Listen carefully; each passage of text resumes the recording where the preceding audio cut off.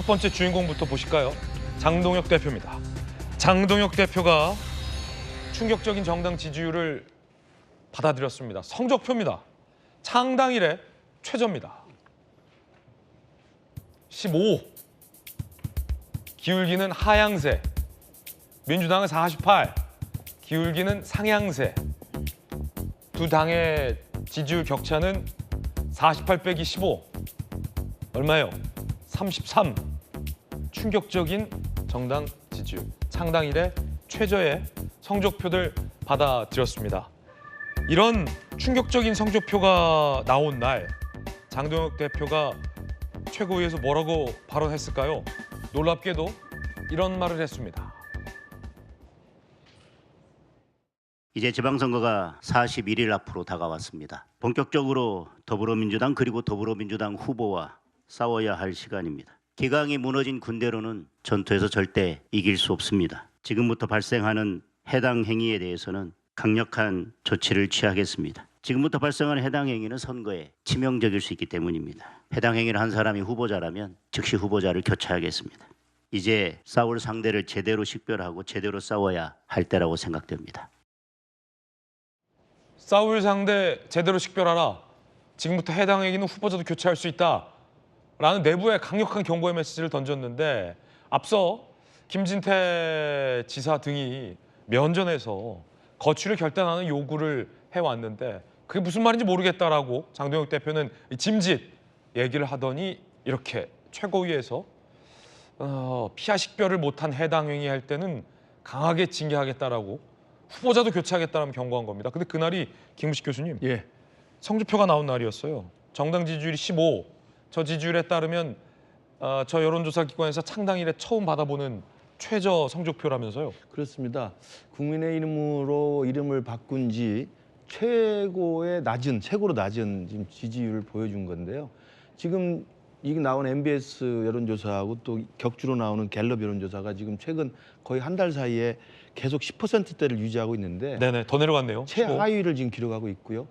저는 장동혁 대표가 어제 최고위에서 저렇게 해당 행위를 용서하지 않겠다, 후보도 교체하겠다 말하는 걸 보고 어떤 걸 느꼈냐면 뭐 좀 과한 비유일지 모르겠습니다만 전쟁 중에 전쟁을 지휘하는 사령관이 전쟁이 위기에 처하고 그다음에 부하들이 말을 듣지 않고 리더십이 붕괴되고 이럴 때 할 수 있는 게 마지막이 뭐냐면 직결 처분하겠다고 하는 거예요. 직결 처분. 도망가지 마라. 직결 처분하겠다. 그렇다고 그게 영이 받아줄 수 있을까요? 그러니까 왜 그러면 전쟁 중에 사령관의 지시가 먹히지 않는지, 왜 부하들이 지시를 따르지 않는지, 그리고 왜 자신의 리더십이 붕괴이기에 있는지를 스스로 점검해보고 스스로 변화시켜야 되는 것이지 내 말 안 들어? 그럼 내가 직결 처분할 거야. 이렇게 이야기하는 거랑 뭐가 다를까요?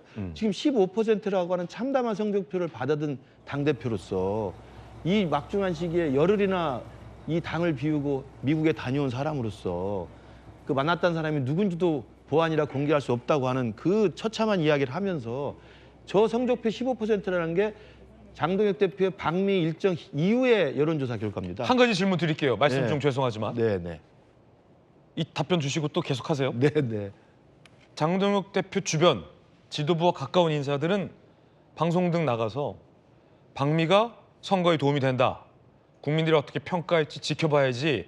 방미도 그렇게 비난하면 안 된다. 다 선거에 도움된다라고 주장했는데 방미하고 나서 정당 지지율이 더 떨어진 거죠. 이건 무슨 말입니까? 그러니까 그건 강성 지지층마저도 등을 돌리고 있다는 거예요. 사실은 선거에 도움 안 되게 당대표 행동이 그렇게 하고 있다. 저는 김진태 지사의 그 반응이 저는 대표적이라고 보는데 박형준 시장이나 오세훈 시장과는 달리 김진태 강원지사 같은 경우는 굉장히 강성 보수 입장이잖아요. 그랬던 분이거든요. 그런데도 면전에서 결자 해지 더 가지려고 하면 가지려 할수록 더 물러서야 된다라고 이야기를 했던 것들은 이 방미를 통해서 강성 지지층이라도 결집해 보려고 갔을지 모르겠지만 오히려 방미 열을 비운 게 장동혁 대표를 지켰던 강성 지지층마저도 이거 해도 너무한다라고 납득이 안 되는 처사로 저는 결론이 났기 때문에 TK마저도 그리고 우리 보수층 지지층마저도 등을 돌린 거라고 생각을 해요.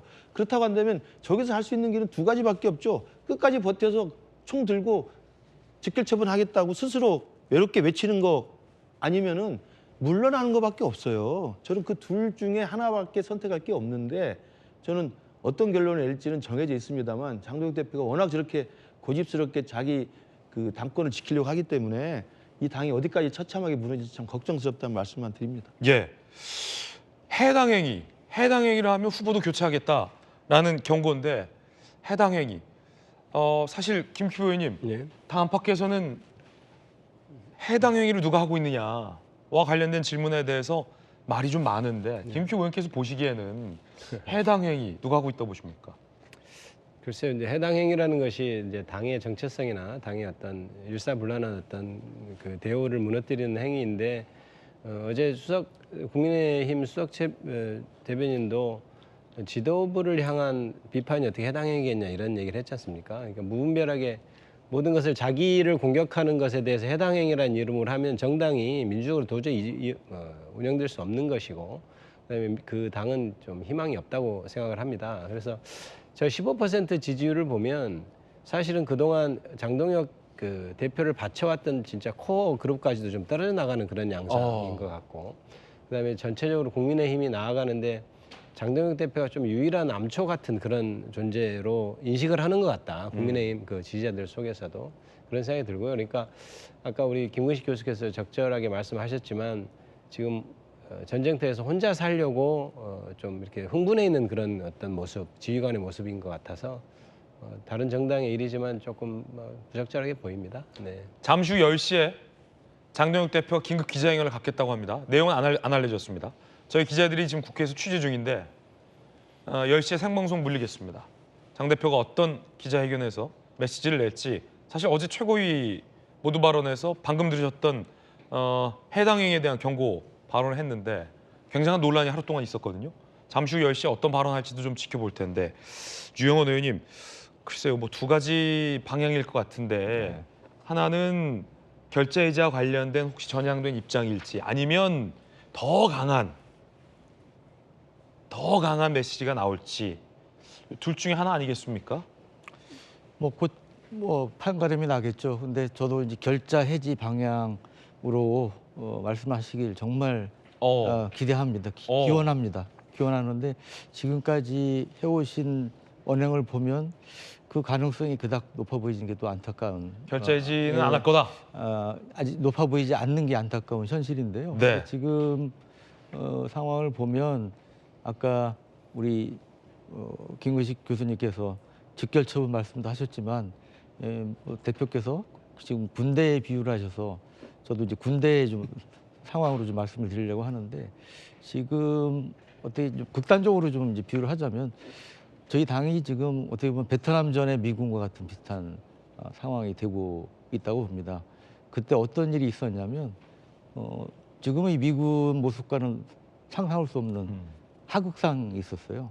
그러니까 상관 지휘하는데 뭐 총으로 쏴서 상관을 살해한다든지 뭐 마약이 성행한다든지 그래서 약간 즉결 처분 말씀도 하셨는데 그 부분이 너무 지나치다. 진짜 실제로 그런 네네. 행동이 처해진다면 거기 하극상 비슷한 사건도 생길 수 있는 게 지금 저희 당의 상황이 아닌가 싶고 그래서 대표님에 대해서 주호영 부의장께서도 굉장히 어려운 한자 성어를 쓰셔서 이제 사실상 사퇴를 촉구하는 말씀을 하셨는데 목소리 조금만 크게 해주세요, 의원님. 예, 그 조영 부의장께서 어려운 한자 성어를 써서 사퇴를 촉구하는 말씀을 하셨는데 네. 저는 뭐 주 부의장보다 훨씬 쉬운 네. 짧은 내자 성어로 지금 장 대표의 상황을 좀 말씀을 어떤 말씀이요? 적어도 지금까지 상황은 우의독경이다. 우의독경이다. 소위 귀에 경읽기다. 네, 아무리 말씀을 주위에서 고언을 드려도 일단 못 들은 척, 뭐 정말 그렇게 모르시는 건지 못 들은 척 하시는 건지 모르겠는데 하여튼 그런 안타까운 생각이 듭니다. 정당 지지율 추이도 한번 저희가 준비했는데 함께 보시죠.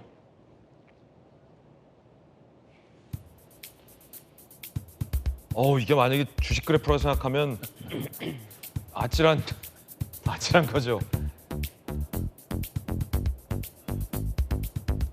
자, 15예요, 15. 이 주식을 보유하고 있는 당원들의 마음은 어떨지 생각해 보자는 거예요. 주식 비율을 제가 한 이유는 야당이 건강하고 잘 돼야 여당도 잘 되는 건 아니겠습니까? 건전한 견제와 균형, 그 안에서 나오는 협치가 두 정당 모두 다 건전하고 건강해야 하는데 이 추이 과연 해당 회의는 누가 하고 있는 걸까요? 라는 질문들이 많이 나오고 있는 그런 상황입니다. 당내의 반응 한번 볼까요? 장 대표의 발언에 대한 당내 반응. 자, 배현진 의원, 장 대표가 없어야 하는 현실 본인이 만들었다. 후보들도 어쩔 수 없는 애당 행위다. 하다 겁박까지 차라리 미국 가시라. 진종호 의원 얘기 한번 들어볼까요? 최근에 집거했다가 조사받았는데.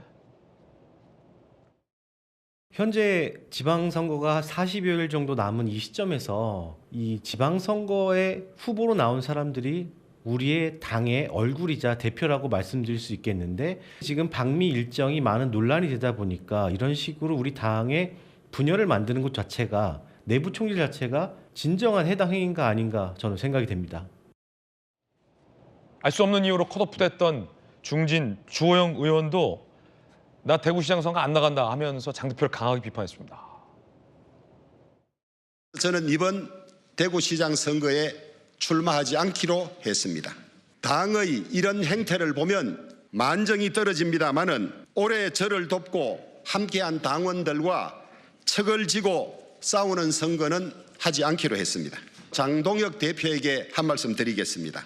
덕미위존, 지소위 모대, 무하자선의. 인격은 없는데 지위는 높고 지혜는 없는데 꿈이 크면 화를 입지 않는 사람이 드물다고 했습니다. 제발 자신을 돌아보고 나아가고 물러날 때를 알기 바랍니다. 나아가야 할 때와 물러날 때를 알아야 한다. 사실상 사퇴를 요구한 거죠. 오세훈 시장도 비판했습니다. 후보 교체 말씀 동의 어렵다. 결자이지 심정으로 자숙하라. 김진태 앞서 강원지사 후보들 속 탄다. 장 대표 결자이지 해라. 젊은 의원부터 선수가 높은 중진까지 지방선거를 뛰는 쇄신파 후보들부터 지도부와 가까웠던 왕당파 후보들까지 장 대표를 비판합니다. 그러자 장 대표의 측근인 김민수 최고위원이 곱게 큰 영감님들이 사사건건 당대표 발목을 잡는다라고 무리를 빚을 법한 이야기를 했습니다. 들어보시죠. 열심히 뛰는 당대표 사사건건 발목 잡더니 이제 물러날 압박까지 당의 그늘에서 곱게 큰 영감님들. 본인들이야말로 물러날 때 한참 지났다. 그러면서 아직도 탄핵 얘기합니다. 양태종 변호사님 어떻게 생각하십니까? 곱게 큰 영감들. 말이 과하죠. 저런 말은 사실 그 내용 자체는 장동혁 지도부를 이제 좀 지키고 장동혁 지도부를 지지하는 발언인데 저런 식의 거의 비속어는 아니지만 굉장히 경멸적 표현 아니겠습니까? 특히나 이제 한참 정치 선배들이나 연배가 위인 분들에 대한 저런 식의 표현. 그러니까 퇴진하라는 표현을 저런 식으로 쓰는 것 자체가 듣는 사람도 불편하고 심지어 다른 당인 제가 볼 때도 눈살을 찌푸리라는 표현이기 때문에 김구식 교수님 장 대표한테 비판 많이 했지만 곱게 안 컸거든요. 험하게 컸거든요. 그렇죠. 그러니까 이제 저런 걸 볼 때 저는 사실 장동혁 대표나 지금 국민의힘 지도부에 대한 저런 지지율이 점점 떨어지고 있는데 김민수 최고위원도 크게 한몫을 하고 계신다고 생각을 합니다. 이런 김민수 최고위원께서 좀 발언이 워딩이 센데 그걸 넘어서서 듣는 사람이 단순히 정치적 비판이 아니라 인격적 모멸감 내지는 정말 이제 감정이 악화되는 감정의 골이 깊어지는 식의 저런 너무 센 표현을 많이 쓰고 있어서 사실 저렇게 전 저거야말로 내부 총질이라고 생각을 하거든요. 그렇기 때문에 글쎄요, 저는 김민수 최고위원 아마 생각할 때 이 장동혁 대표가 무너지면 그 당신께서도 같이 무너지기 때문에 아마 그렇게 운명 공동체라는 생각으로 보이는데 저런 식의 표현은 누구한테도 도움되지 않는다고 생각합니다. 윤상현, 김진태, 이 당 지도부와 가까웠던 거기에 비판적인 목소리를 내왔던 주호영, 오세훈 이런 분들을 다 싸잡아서 곱게 큰 영감들 자기들이 물러나라라는 김민수 최고의 이 발언 여러분 어떻게 생각하십니까? 김우식 교수님. 좀 비슷한 또 그런 논란이 있었죠. 그 장동혁 대표가 우리 당의 원로들인 상임고문단과의 회의에서 상임고문단들이 좀 쓴소리를 하니까 네네. 그때는 박민영 미디어 대변인인가요? 장동혁 대표 당권파라고 알려진 그분이 사실 저것보다 훨씬 더 심한 노임 폄하 발언으로 네. 굉장히 논란이 됐지 않습니까? 그래서 장동혁 대표도 경고를 하는 수준으로 이제 지나갔던 일이 있었는데 지금 김민수 최고위원은 지금 당의 지도부의 일원입니다. 최고위원이 주호영 부의장이 어제 저 발표를 보고 주호영 부의장 그래도 당을 굉장히 사랑하시는 분이에요. 그리고 그럼요. 굉장히 합리적이고 온화하신 분이기 때문에 정말 억울하고 납득이 안 되지만 어쨌든 무소속 시장 출마 안 하겠다고 그 당을 위해서 접은 거 아니에요? 예. 그런 맥락이 있음에도 불구하고 저렇게 모욕적인 멸칭을 써가면서 이야기하는 것은 당의 최고위원이라는 지도부로서 할 일은 아니고요. 더더욱 저렇게 젊은 김민수 최고가 굉장히 나이가 젊습니다. 그렇게 젊은 이가 할 이야기는 전혀 아니다. 저는 지금 상황이 보면 김민수 최고가 이번에 열흘 동안의 방미 일정에서도 가장 장 대표와 붙어 있었고 돌아오는 분들이 이제라도 빨리 가야 된다라고 이야기했을 때 끝까지 남아서 더 있게 했던 분으로 알려져 있잖아요. 그러면 장동혁 대표랑 가장 지금 친한 모양인데 무너지는 우리 당 지도부에서 끝까지 장동혁 대표를 비호하려고 하는 건 내가 이해를 하겠습니다만 그 과정이 과연 우리 당의 전체 지지율 그리고 우리 당의 이 빨간 옷을 입고 뛰고 있는 우리 당의 후보들을 위해서 과연 도움이 될까? 지금 장동혁 지키기가 과연 국민의힘 지키기가 되느냐? 그리고 장동혁을 옹호하는 게 과연 국민의힘을 옹호하는 게 되느냐? 이건 지금 국민들 입장에서 보면 완전히 분리돼 있습니다. 장동혁 대표와 김민수 최고가 저런 말을 하면 할수록 국민의힘 전체의 지지도는 떨어지게 돼 있고 네. 국민의힘의 지방선거 승리는 계속 갈수록 멀어지게 돼 있거든요. 과연 해당 행위를 누가 하는 건지. 해당 행위라는 것은 당을 해롭게 하는 거 아니겠어요? 누가 지금 당을 해롭게 하는 것인지 저는 국민과 당원들이 철저하게 지켜보고 있을 거라고 생각합니다. 지지율 얘기로 또 해보겠습니다. 대구 경북 지지율이 충격적입니다. 대구 경북이에요. 서울 경기가 아니라 대구 경북.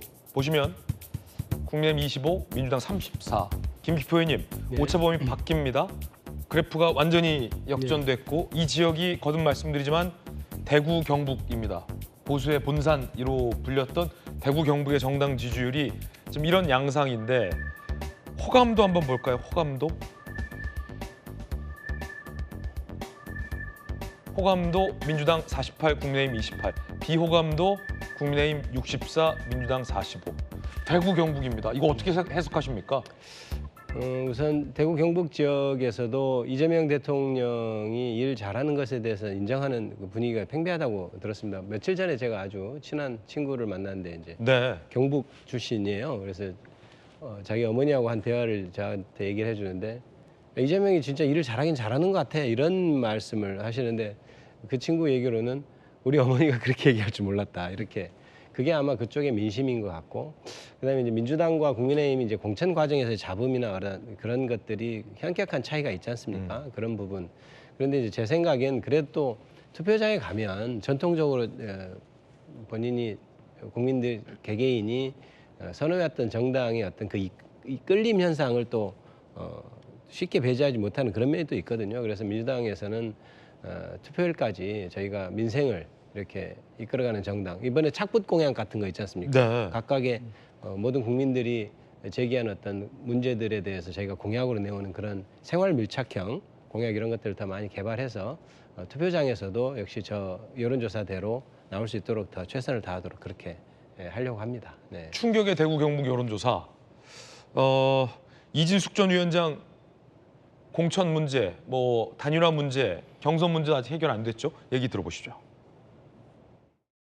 가능하다는 거죠. 그렇게 해야 돼. 그렇게 하기 위한 단일화 합의가 네. 있다면 당연히 그렇게 해야 되겠죠. 아니 가능성이라는 건 항상 네. 1에서 99%까지 가능성이 있는 거잖아요. 그죠? 네. 뭐 0이거나 100이면은 이거는 그냥 되는 거고 이거는 가능성이 하나도 없다는 거니까 가능성이라는 것은 항상 1에서 99 그 사이 어느 언저리에 있는 거잖아요. 네. 그러니까 이건 뭐 3자 구도라는 건 있을 수도 있고 없을 수도 있는 거죠.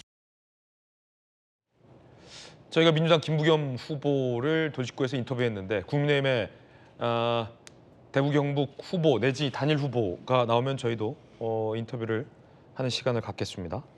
대구 경북 지지율이 상당히 좀 충격적인데 그 와중에 공천 잡음이 마무리가 안 됐다라는 것은 악재가 지금 겹으로 지금 쌓여 있는 거잖아요, 유영호 의원님. 네.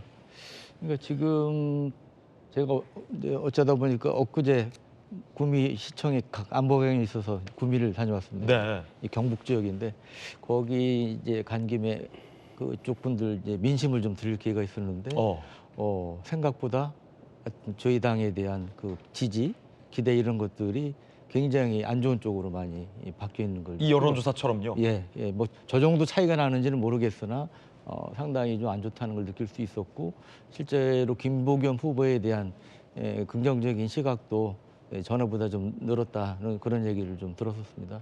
근데 이제 그 부분은 우리 아까 김 의원님 말씀하신 뭐 이 대통령께서 일머리가 있으시다, 뭐 실용적으로 잘하신다 이런 평가도 뭐 영향을 끼칠 수 있겠으나 또 중요한 부분 중에 하나는 장정욱 대표를 비롯한 저희 지도부의 어떤 실망스러운 행태 이제 그런 것들도 상당히 좀 악영향을 끼치고 있지 않을까 네. 그런 생각이 들었습니다. 그 와중에 지금 공천이 3자 구도로 치러진다면 네. 굉장히 좀 불리한 거잖아요. 이진숙 위원장은 단일화해야 된다라는 주장인데 지금 유영아, 추경호 두 분은 단일화 안 할 거다. 지금 이런 입장이에요. 장동혁 지도부는 어떤 생각할까요? 저는 뭐 그쪽 지도부하고 제가 직접 뭐 교감하거나 그런 적은 없기 때문에 뭐라고 말씀드리기 힘든데 일단은 뭐 지도부 입장에서는 일단 이진숙 후보는 원래 국회의원 후보로 생각을 하고 있던 거 아닙니까? 장 대표께서는. 그래서 일정 시점에 가면 본인이 이제 포기하시기를 원하지 않을까. 그리고 두 분 중에 한 분을 추경호 대표하고 유영아 의원 중에 한 분을 후보로 밀어서 결국 이제 선정하는 쪽으로 푸시를 하지 않을까 생각이 됩니다. 그 가운데 장동혁 대표의 방미 논란과 관련해서 뒷모습만 공개된 미국 인사가 있습니다. 알려지기로는 차관보를 만난 것 아니냐라고 알려졌는데 그조차도 공개할 수 없다라고 밝혔던 범주에 들어가는 이 뒷모습의 인물입니다. 그 미스터리 남 인물의 정체가 드러났는데 이 논란입니다. 왜냐하면 차관의 비서실장이다 라는 보도가 나왔기 때문입니다. 장 대표는 저 뒷모습의 인물의 정체를 밝힐 수 없다, 비공개다 라고 해서 매우 중요한 인물과 굉장히 기밀스러운 이야기를 나눈 것 같다라는 인상을 줬는데 여러 언론의 취재에 따르면 미 국무부 대변인이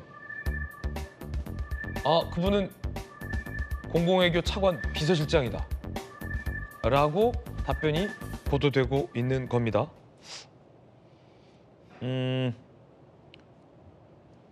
장동혁 대표는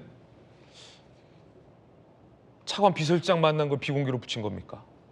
들어보시죠.